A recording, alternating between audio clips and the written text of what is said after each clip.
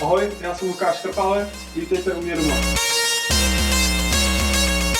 Toto byl dárek od mých kamarádů, je to fotka z olympijských her. Tohle je místo, kde čas od času si chodím zarybačit.